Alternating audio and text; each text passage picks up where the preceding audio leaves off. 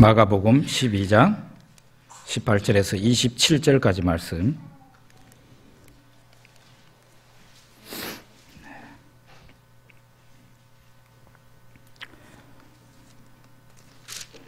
같이 읽겠습니다.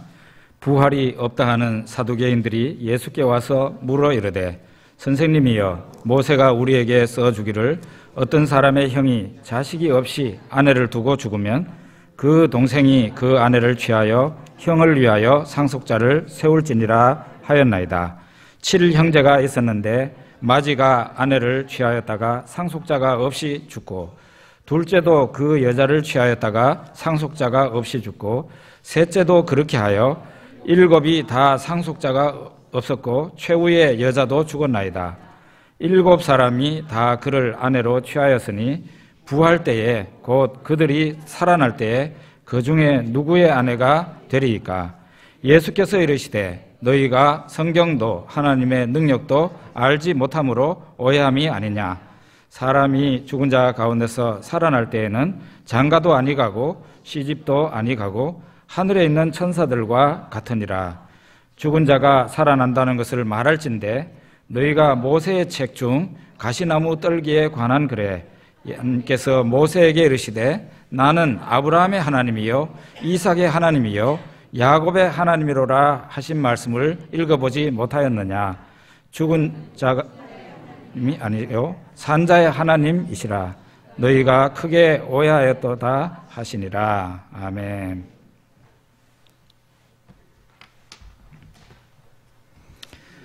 오늘 칼럼에 제가 쓰는 글이 있습니다. 22살에 예수를 믿어서 교회를 다닌 지 1년 반 만에 신학대학이라는 곳을 가게 되었습니다. 한국 최대 교단의 신학교였는데 저는 1년도 못 가서 그 학교에서 전국 상황을 알게 되었고, 전국에 내노라 하는 목사님들의 부패 상황을 보게 되었습니다. 제 환상이 완전히 깨지고 교회에 대한 환멸이 일어났습니다. 그래서 제가 평소 존경하는 장로님 한 분을 찾아갔습니다. 찾아가서 교회 개혁이 일어나야 된다. 이거 정말 목회자들의 썩은 것 도저히 눈 뜨고 보지 못하겠다. 그런 말을 했습니다. 그랬더니 그 장로님께서 저를 똑바로 쳐다보시면서, 전도사님도 나중에 목사가 되고 나이가 많아지면 그 사람들처럼 됩니다. 이렇게 저한테 얘기를 했어요. 너무 충격을 받았어요. 그 장로님이 한두 사람만 그렇게 본 게 아니라 자기가 본 모든 목사들이 그렇더라는 것입니다. 저한테도 그렇게 될 거라고 예언을 하더라고요. 너무 당황스럽고 충격을 크게 먹어서 제가 아주 벙벙하게 되었습니다. 그리고 정신을 차리고 난 후에 그 장로님에게, 장로님, 저는 예수님의 십자가와 부활이 그렇게 무능하다고 생각하지 않습니다. 저는 그렇게 되지 않을 겁니다. 그렇게 하고 아주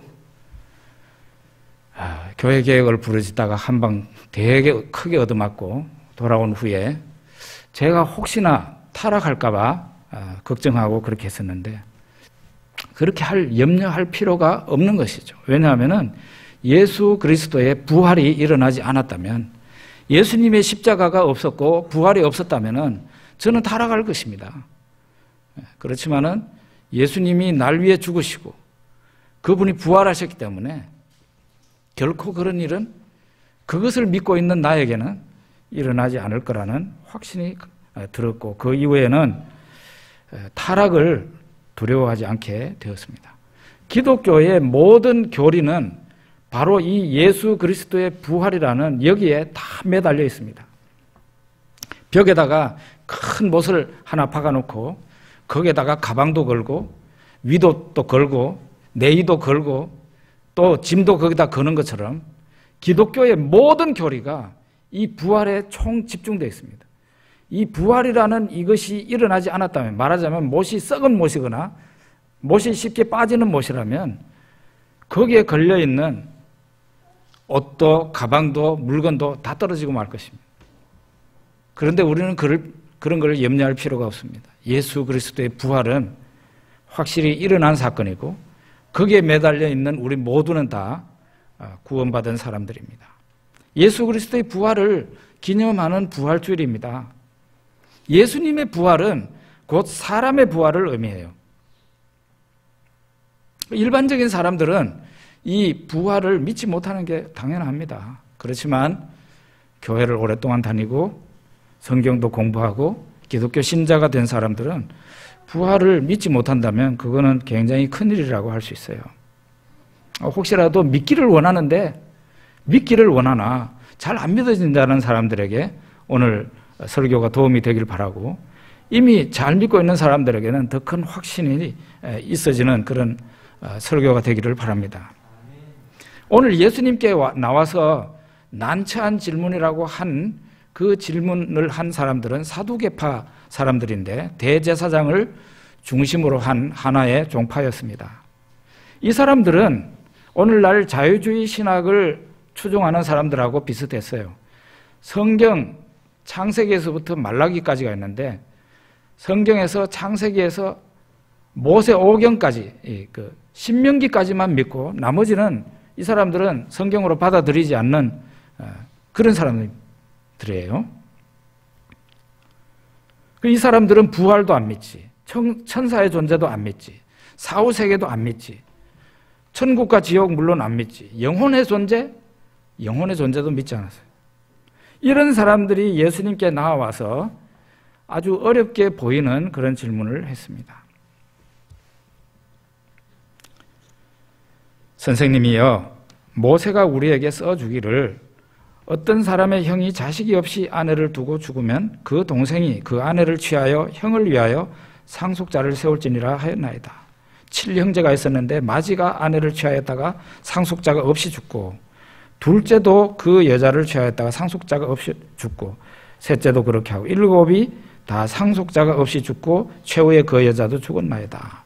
7사람이 한 여자를 아내로 뒀으니 부활 때 그들이 살아날 때 그 중에 누구의 아내가 되겠습니까? 이런 질문. 이거는 우리나라도 고대 아주 오래 고조선이나 고구려나 부여 이 시대에는 마지가 결혼을 했는데 자식이 없이, 아들이 없이 일찍 죽으면은 동생이, 그 마지의 동생이, 남동생이 형수와 결혼을 해서 아기가 낳으면은, 아들이 태어나면은 그 아들을 형의 이름으로 그렇게 해서 형의 이름이 지상에서 사라지지 않도록 하는 그런 풍습이 있었습니다. 성경도 바로 그런 것을 얘기하는 겁니다. 이 사람들, 이 사두개파 사람들이 이런 난처한 질문을 하면서, 부활신앙을 가진 사람들에게 이런 난처한 질문을 하면서 얘기를 하면은 아마도 그 당시에 부활신앙을 가진 사람들이 이 난처한 질문에 대해서 제대로 대답도 못하고 그렇게 끙끙대면은 그걸 바라보면서 재미있다고 비웃고 그봐 그러니까 부활 없어 하고 자주 사용했던 그런 질문이 아닌가, 그렇게 생각이 됩니다. 이 사람들은 자신들이 가지고 있는 조그마한 지식을 가지고 모든 것을 판단했던 사람들인 것 같아요. 역사적으로 보면은 공산주의자들이 그랬습니다. 공산주의자들이 자기네들이 가진 그 확신을 가지고 전 세계를 다 통일하려고 했는데 까딱하면 전 세계가 다 공산주의가 될 뻔했죠. 지금 와서는 공산주의 완전히 헛방이네 하고 그렇게 되었습니다. 오늘날 여전히 위력을 발휘하고 있는 진화론 추종자들이 바로 이런 사람들입니다. 진화론이라는 것은 허구 위에다가 과학을 얹은 전혀 과학적이지 않은 과학이에요. 네. 확신하냐고요? 당연히 확신하죠. 이건 완전히 정말 웃기는 과학입니다. 예수님이 그 질문한 사두개인들에게 대답합니다. 너희가 성경도 하나님의 능력도 알지 못함으로 오해함이 아니냐? 예수님이 이 사람들에게 두 가지를 몰라서 너희가 오해한 거다라고 얘기합니다. 첫째로는 성경도 모르고 하나님의 능력도 모르고 그러니까 오해함이 아니냐 이게. 오해함이라는 거는 다른 길로 가버렸다 그런. 너희들이 성경도 모르고 하나님의 능력도 모르니 사이드로 빠져버렸다 그런 얘기예요. 이 사람들이 부활을 믿지 못한 것은 성경을 모르기 때문이라 예수님이 말씀하셨어요. 성경을 모르니 부활을 믿을 수 없다는 거죠. 이때 예수님이 말씀하신 성경은 신약 성경이 아니고 당연히 구약 성경입니다. 성경은 본래 사람의 죽음을 소멸로 말하지 않습니다.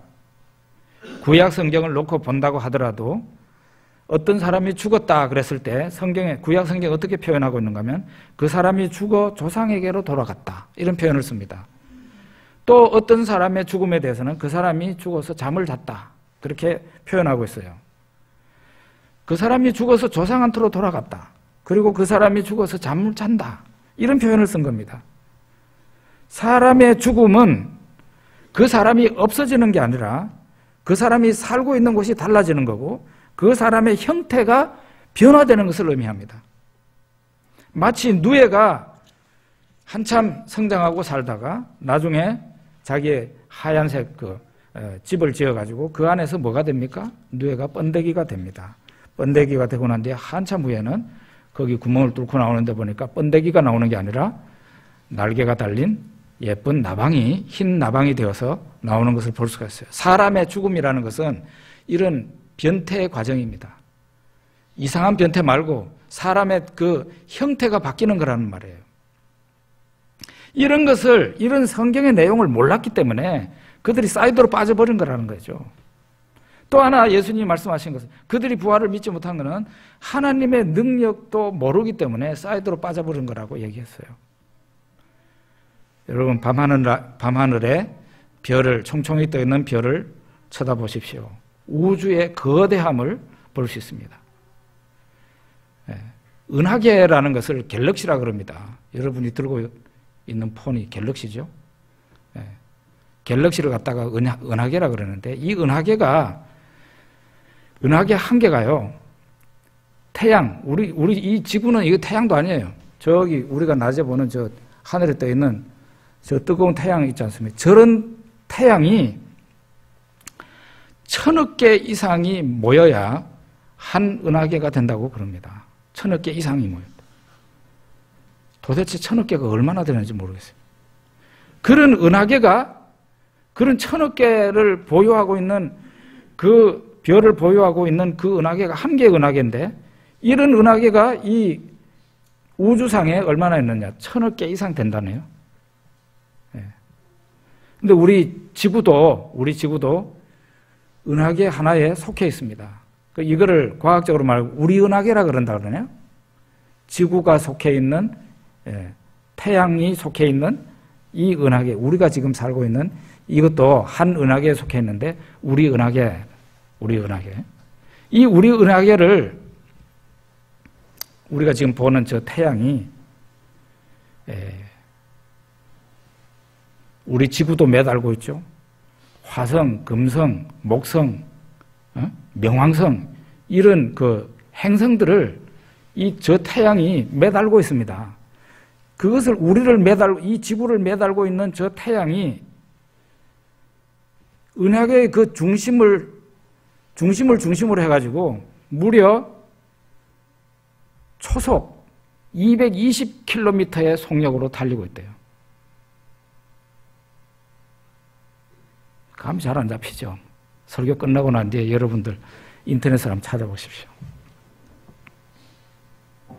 어마어마한 속력으로 저 태양이 지구, 화성, 수성, 목성을 매달고 돌고 있는 거예요. 정말 대단합니다. 그리고 이 우주는 거대한 저런 우주만 있는 게 아니라 이 우주의 미세 세계, 작은 세계로 들어가면은 어마어마한 마이크로의 세계가 존재합니다. 사람의 인체만 놓고 보더라도 사람 몸 이 머리끝에서 발끝까지 세포 수가 60조 개나 된다고 그럽니다. 뇌세포, 이 머리의 뇌세포는 300억 개가 된다고 그러네요. 그럼 그 세포 그게 마지막 단계인가요? 그게 아니라 세포도 또 뭐가 구성되어 있어가지고 또 쪼개고 들어가면 뭐가 있고 쪼개고 들어가면 뭐가 있고 어마어마합니다. 이런 정교한 작품이 그냥 생깁니까? 창조주가 계시니 나온 작품들입니다. 우리가 하나님의 창조를 믿을 수 있다면 부활이라는 것은 쉽게 믿을 수 있습니다. 예수님 말씀하시는 그거예요. 하나님의 능력도 알지 못함으로 사이드로 빠진 게 아니냐. 우리가 들고 있는 휴대폰이 있습니다. 이 휴대폰이 우리 손에 들려지기 전까지 설계자가 있었습니다. 설계자. 휴대폰을 이렇게 만들겠다는 설계도가 필요합니다. 그 다음에는 부품 생산을 해야 됩니다. 그리고 그 생산한 그 부품을 조립을 해야 됩니다. 그리고 이제 완성품이 나오면은 그걸 갖다가 시중에서 파는 사람이 있어야 되는데 우리는 거기 가서 우리의 폰을 주고 돈 주고 샀습니다. 창조주의 존재도 우리가 우리 자신의 인체뿐만 아니라 이 세상에 돌아가는 모든 것, 하늘과 땅을 유심히 살펴보면은 창조주의 존재, 이 세상이라는 게 그냥 생기지 않았다는 것을 우리가 확실히 알 수 있습니다. 이렇게 성경도 하나님의 능력도 모르니까 사이드로 빠져버린 그 사람들에게 예수님이 설명하신 거죠. 그러고 난 다음에 예수님께서 사두개인들에게 죽은 자가 살아난다는 것을 말할진대 이제 부활에 대해서 진짜 얘기하시는 거예요. 너희가 모세의 책 중에 가시나무 떨기에 관한 글에 하나님께서 모세에게 이르시되 나는 아브라함의 하나님, 이삭의 하나님이요 야곱의 하나님이로라 하신 말씀을 읽어보지 못하였느냐. 하나님은 죽은 자의 하나님이 아니요 산 자의 하나님이시라. 너희가 크게 오해하였도다. 이렇게 말씀하십니다. 예수님이 인용하신 아브라함의 하나님, 이삭의 하나님, 야곱의 하나님, 나는 아브라함의 하나님이다, 이삭의 하나님이다, 야곱의 하나님이다 했던 이게 언제 얘기인가 하면은 출애굽기 3장에 모세가 떨기나무 불꽃 가운데 나타나신 하나님을 대면할 때 하나님이 그 불꽃 속에서 하신 말씀이에요. 아브라함과 이삭과 야곱은 모세보다 수백 년 전에 살았던 사람들이에요. 그 사람들은 이미 죽은 지 오래된 사람들이에요. 지상에서는 없어졌습니다. 그런데 그 사람들이 죽고 난 지 세월이 오래 흘렀는데 그럼 그 사람들이 없어졌느냐? 그게 아니라는 겁니다. 그 사람들은 여전히 지금도 살아있고 하나님은 그들의 하나님이라고 지금 얘기하고 있다는 것입니다. 죽음 너머에 다른 세상이 있을까? 참 궁금합니다. 그죠? 내가 죽고 난 뒤에 나라는 존재는 어떻게 되는 건가? 궁금합니다. 소멸되어서 없어지는 건가? 아니면은 내가 다른 세상에서 살고 있을까? 참 궁금하죠. 성경은 어떻게 말하느냐? 성경은 사람이 죽은 이후에도 그 사람이 없어지지 않고 살아있다고 얘기를 합니다. 영혼 불멸을 얘기하는 겁니다. 부활을 믿지 못하는 사두개인들에게 예수님이 먼저 말씀하신 것은 영혼 불멸입니다. 영어를 못하는 사람한테 먼저 문장을 갖다 놓고 얘기를 하면 어떻게 알아들어요? 영어를 못하는 사람한테는 먼저 ABC부터 가르쳐야 돼요. 그겁니다. 수학을 못하는 사람한테 그 지가 당면한 그 문제를 그걸 갖다 풀어주면 잘 몰라요. 수학 못하는 사람한테는 더하기 빼기부터 다시 가르쳐야 돼요. 부활을 믿지 못하는 이 사두개인들에게 먼저 얘기하고 싶었던 것은 영혼은 없어지는 게 아니라 영혼은 존재한다. 영원히 존재한다는 것을 예수님이 가르쳐 주신 겁니다. 성경을 그들이 믿고 있다는 모세오경 내에 있는 말씀을 뽑아가지고 너희들이 창세기부터 신명기까지는 믿잖아. 그러니까 너희들이 믿고 있는 그 성경 안에 바로 이 말씀이 이런 뜻이야 하고 얘기를 한 것입니다. 성경은 이와 같이 사람의 죽음을 사람의 소멸로 말하지 않습니다. 어떤 사람이 죽을 때에 죽어서 조상에게로 돌아갔다. 그가 잠잔다. 이렇게 표현을 한 것입니다. 자, 그러면은 사람이 부활 이후에는 어떻게 되는가? 부활 이후에는 어떻게 되는가?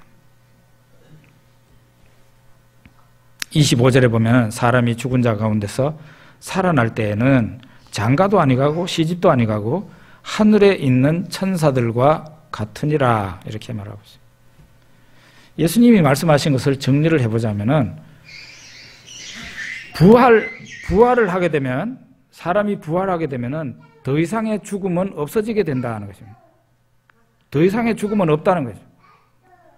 죽음이라는 것은 죄 때문에 왔는데 죄가 없어져요. 사람에게서는 아무리 부활 이후에 살고 있는 그 사람들에게서 죄를 찾으려 해도 죄를 찾을 수 완전히 순백의 사람들이 됩니다. 하나님처럼 죄 때문에 죽음이 왔는데 이 죄가 해결되고 나니 더 이상 죽음은 사람에게 없어지게 됩니다. 그 다음에 또 하나는 시집이나 장가가는 일이 없어진다 이렇게 예수님 말씀하고 있어요. 여러분 이거를 단순하게 보지 말고요, 시집 장가가는 결혼식 하는 일이 없어지게 된다면 이게 무슨 얘기인가 생각해 보십시오. 그 얘기는 남자와 여자의 구별이 없어지게 된다는 의미입니다. 남자와 여자의 구별이 없어지면은 어떤 거를 우리가 추론할 수 있어요? 성욕이 없어진다는 의미가 됩니다. 그러니까 한 가지 문제가 해결되면은 다음 문제가 이렇게 스르르 풀리는 것을 우리가 보게 되죠. 이 가정이라는 것이 우리가 지금 살고 있는 이 세상에서만 있는 것이지 저 천상에서나 부활하고 난 이후의 세계에서는 가정이라는 게 없어지게 된다는 얘기예요. 가정은 없어지고 어떻게 됩니까? 모든 사람이 하늘에 있는 천사들과 같이 된다 그랬어요. 천사들은 어떤 존재들입니까? 개개인이 물론 저 하늘 아버지의 그 공동체 안에서 있지만은 개개인입니다. 개인 플레이입니다. 개인 플레이. 전체 공동체 안에서 조화롭게 움직이는 것이죠. 바로 이와 같이 되는 천사들과 같이 된다는 거죠. 그렇지만 천사하고 사람은 분명히 다릅니다. 천사는 육체가 없어요. 육체가 없이 그냥 영만 있는 존재예요.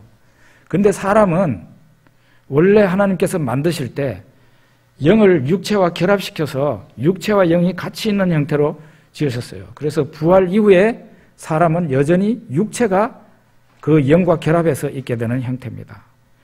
예수님의 부활을 보면 부활하신 예수님을 성경 속에서 잠깐 우리가 보게 되는데 그 모습을 보면은 부활 이후에 우리가 어떻게 되는지를 볼 수가 있어요. 예수님이 부활하신 후에 제자들은 여전히 그때에도 아직 어떤 집에 들어가 가지고 문을 꽁꽁 닫고 예수님 죽인 그 무리들을 두려워하면서 문을 닫고 두려워하고 떨고 있었어요. 그때에 예수님께서 부활하신 예수님이 그들 가운데 턱 이렇게 나타났어요. 문을 열고 노크하고 그렇게 해서 들어온 예수님이 아니고 그냥 제자들이 그냥 그렇게 모여 있는데 그 자리에 그냥 갑자기 턱 하고 나타난 겁니다. 이걸 보면은 예수님이 공간 이동이 자유로웠다는 것을 우리가 알 수가 있어요. 사람의 부활한 육체는 우리가 부활하고 난 뒤에도 분명히 몸으로 부활했는데 공간 이동이 자유로운 그런 존재가 되는 거예요. 그 다음에 제자들이 부활하신 예수님을 보면서 영인가 하고 의심을 하고 있었다는 거예요. 예수님 영인가 싶은. 근데 예수님이 그걸 해결하시려고 영은 살과 뼈가 없지만 여기 와서 만져봐라. 나는 있다. 이렇게 얘기를 했습니다. 그러니까 예수님은 영만 있는 그런 부활이 아니고 몸이 부활된 겁니다. 만질 수 있는 예수님의 그 손과 발이 뼈도 있고 살도 있었어요. 육체를 가지게 된다 이 말이죠. 문제는 옛날 몸이 아니에요. 옛날 몸 같으면 지금 현재 우리가 여기 뚫고 나갈 수 있어요? 제가 이거 뚫고 나가면은 우리 교회가 갑자기 부흥될 텐데. 오늘 이 정도 모이는 다음 주에는 아마 한 10,000명쯤 모일 거예요. 근데 그런 일은 일어나지 않아요.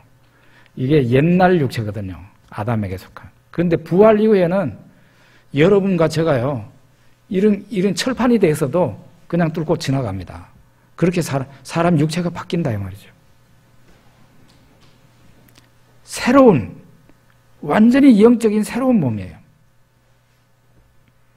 부활 이후에는 밥도 먹습니까? 그런데 예수님이 고점을 해결했어요.